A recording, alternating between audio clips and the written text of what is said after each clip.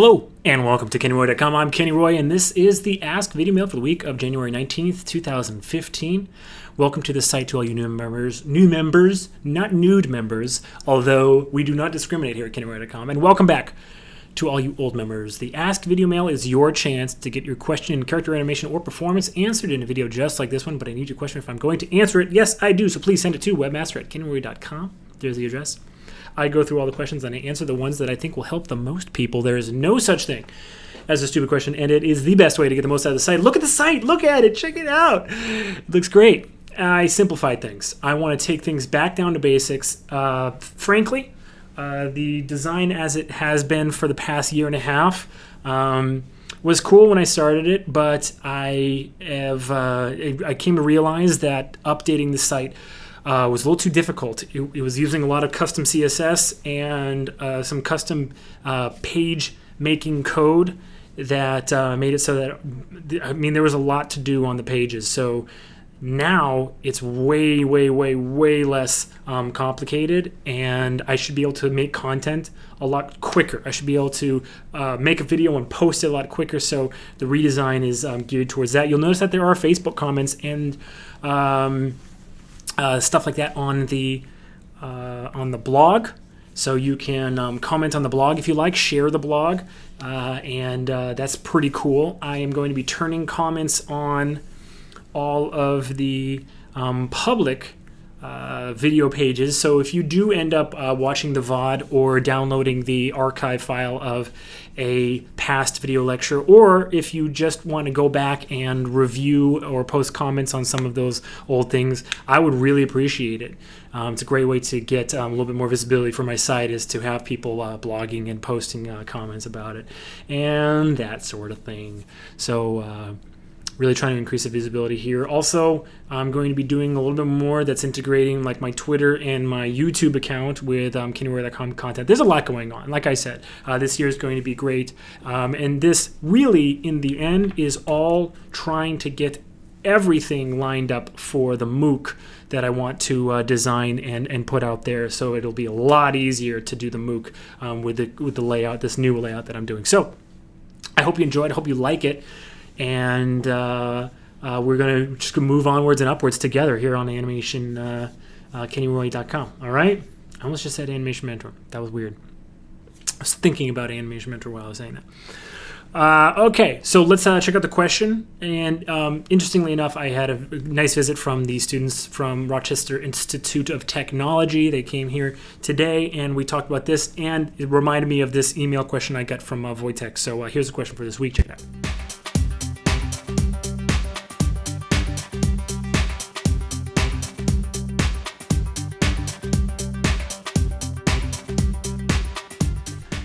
This is a question that I get asked a lot, and I want to just this is not a state of the industry address. This is not a big, this a big rant or whatever. But I want to remind people about a few very important things here. First, I'm going to get up on my PVC tube. Oh, there we go. Oh man, my dogs have been barking. So first of all, I want to remind you that if you add up all of the jobs in feature animation, and actually, let me take that away, because feature animation, you don't normally hear about this stuff, the unpaid overtime and the crappy work conditions and all this stuff. So let's take that out. If you add up all the jobs in feature visual effects, TV visual effects, and episodic work, that is still not the majority of animation jobs out there. And this is something that I said to the students that visited me today. If you were going to, if let's say you're a spirit that's floating around in the universe, in the ether, and another spirit comes up to you and says, like, where do you come from? And you say, I was a living thing on Earth. I was a life form on Earth. What would they assume that you were? Okay? What would they assume that you were? If we're not specifying what, if it needs to be a plant or an animal, they're going to assume that you were a plant, that you were a life form on Earth. That means statistically you were a plant. Okay? If you said I was an animal, from the animal kingdom, a life form on Earth, they would assume that you were an insect. Okay, assuming these things have spirits as well. All right, so it's just take a little walk with me. I know it's a stretch. So, statistically speaking, if you are a life form on Earth, you are either a plant or you are an insect. Okay, hundreds and hundreds of trillions of these things on Earth. I'm not sure if it's trillions, but hundreds and hundreds and hundreds and hundreds and hundreds of times more of plants and insects for every one like mammal, and especially every one. Apologize for that. I'll mute that. Apologize for that. Especially humans. Okay, so let's take it down a notch. All right. So the same thing could be kind of like said for animation. If someone says like, "Hey, what do you do?" and you say, "I'm an animator," they are apt to assume that you mean like Pixar or DreamWorks, but the same proportion of work exists in video games and commercials and then television episodic. But that to like that proportion of work that gets done in the animation industry is like this compared to like feature animation. Okay? And like, big like creature features or the kind of stuff that gets done like at MPC or in London and UK, London and Vancouver and whatever. So I'm pointing this out because if you're trained to be an animator, and this should be okay with you, you are more than likely, way more than likely, to be working on one of those other kinds of things, not feature animation or feature film visual effects. You're going to be working on TV commercials, TV episodic, or games. It's so much more likely that you're going to be working on those types of things. Okay, so all of the complaints with the industry are these larger studios, like for instance, MPC is being called a sweatshop right now. I don't know if it was the most up until now, but I've been hearing that things are pretty bad at MPC right now. Okay, so at that level, you have animators who are in the position that a lot of animators, a lot of students especially, want to be. The feature film visual effects, right? Feature VFX.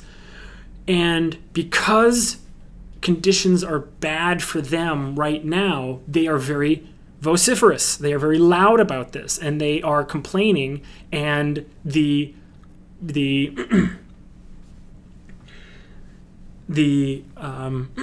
seems as though the state of the industry is really bad because you can easily find that kind of, the people who are super bummed out, overworked, underpaid. But again, the majority of people are working on stuff that is at a place that's a lot smaller than that. And even if it has like a low budget, the studio that got the work by being probably in a place that has a low enough cost of living that they can pay their animators, and most of their animators are staff anyway, to like they pay them like a living wage. And no matter what, even if like the expectations are like really, really, really, really, really hard, it's still a situation where the sort of MO of the studio is not to have to like close doors because they've lost people or whatever. You see what I'm getting at? So it's more an issue of the jobs, the people in the positions that a lot of animators want to do are very loud about the problems in that position, which is making the whole industry seem a lot worse off for artists than it actually really is. And yes, so I'm going to get a little bit of pushback on this, I know. Yes, there are studios at all levels that have bad working conditions, but there are also places that are absolutely fine. And you're not ever going to hear about how, all clear at Arconics, animation studios.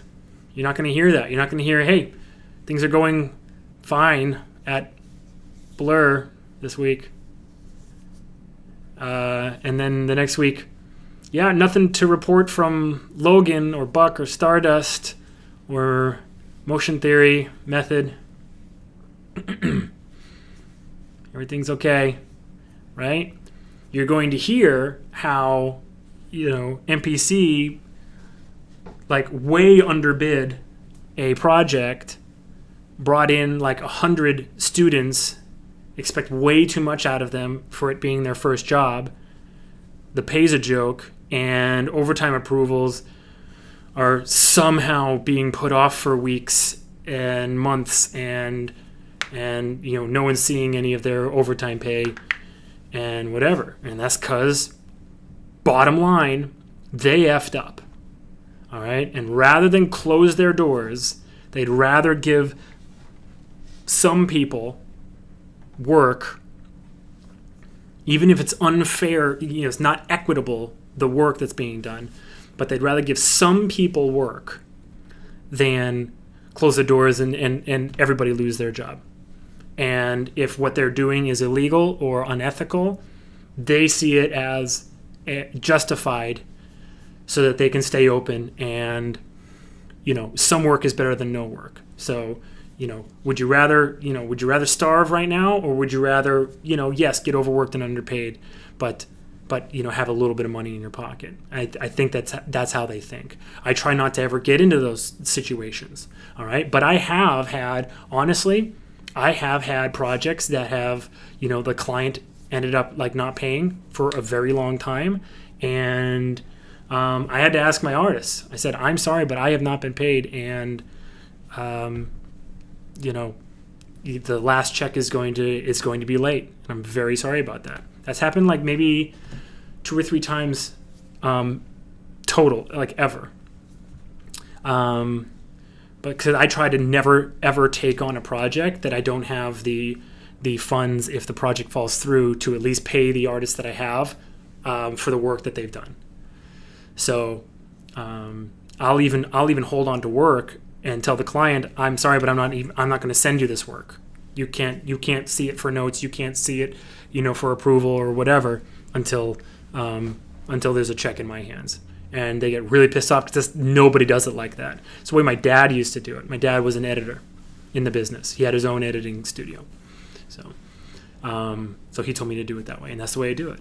But let me get back on topic. So you are going to hear as many stories as you look for how bad the industry is.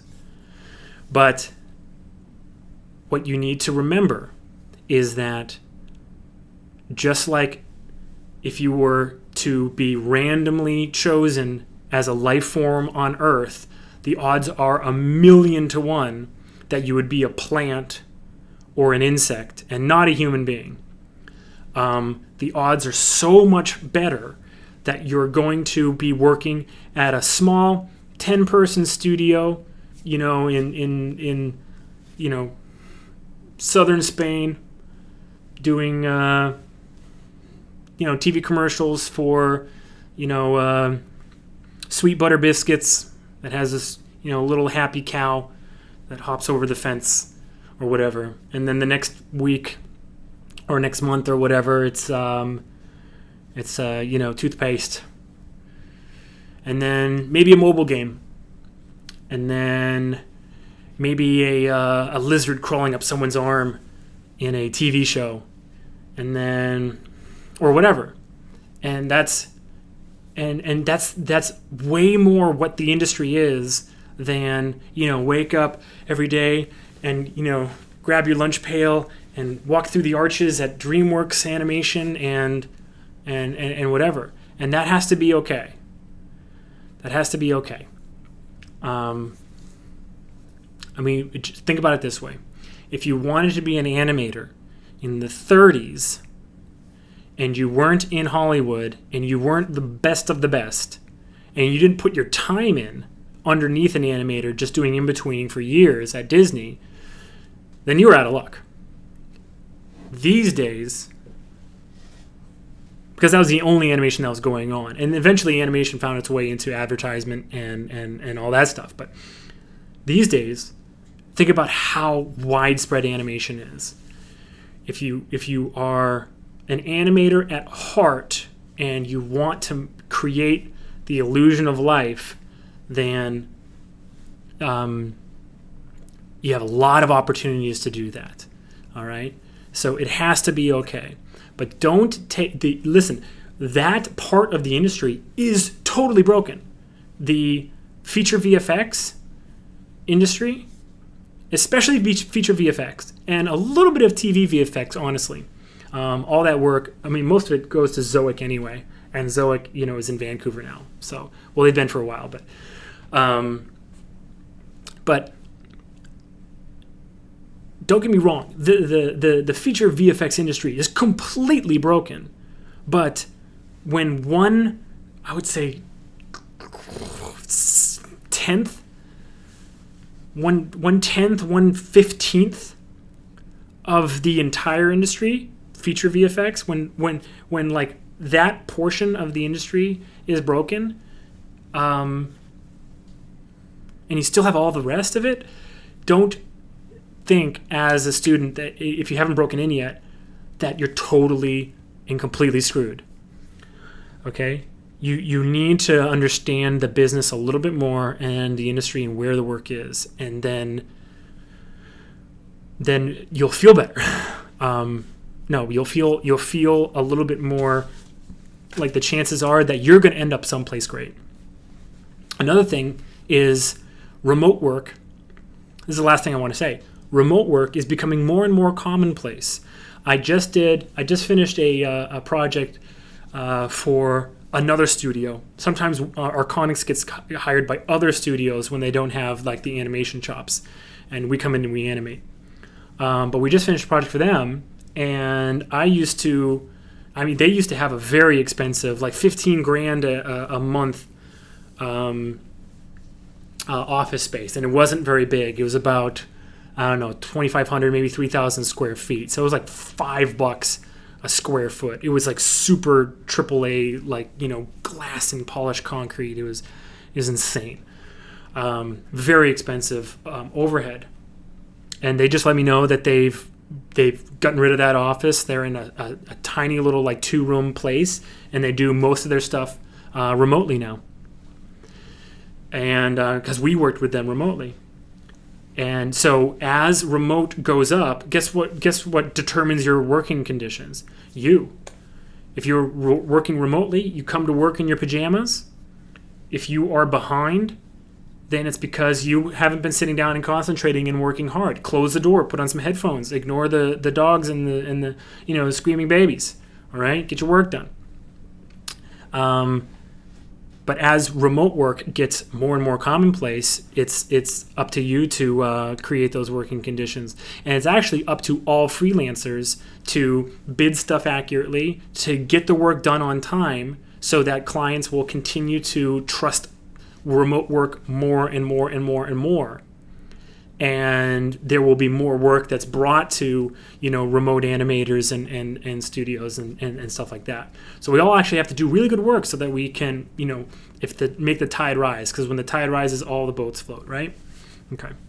So don't be worried about this state of the industry. It's still a great job. It's still a fantastic job. There's no job like it, okay? Just work hard, work on a workflow, and we'll get there. As long as you stick to it, you'll get there, okay? All right, and I'll help you out. We'll do it together. This has been a blast. I'm Kenny Roy. Good luck with your animation. As always, rock on.